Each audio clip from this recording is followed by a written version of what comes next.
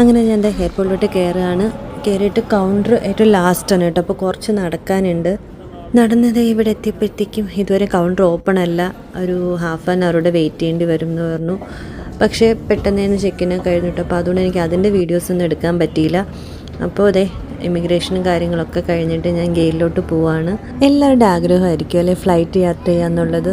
ശരിക്കും പറഞ്ഞാൽ ഞാൻ ഫസ്റ്റ് ട്രാവൽ ചെയ്യും മുന്നേ എനിക്ക് ഭയങ്കര എക്സൈറ്റഡ് ആയിരുന്നു. ഞാൻ ഫ്ലൈറ്റിൽ ആദ്യമായിട്ടൊക്കെ യാത്ര ചെയ്തപ്പോഴത്തേക്കും. പക്ഷേ ഇപ്പോൾ അങ്ങനെ ആഗ്രഹമുള്ള ആൾക്കാരുടെ റെസ്പെക്റ്റ് ചെയ്ത് തന്നെ പറയുകയാണ്. ഇപ്പോൾ എനിക്ക് തീരെ ഇഷ്ടമല്ല കേട്ടോ ഈ ഫ്ലൈറ്റിൽ യാത്ര ചെയ്യുക എന്നുള്ളത്. എനിക്കല്ലാതെ യാത്ര ചെയ്യുക, സ്ഥലം കാണാൻ ഭയങ്കര ഇഷ്ടമാണ്.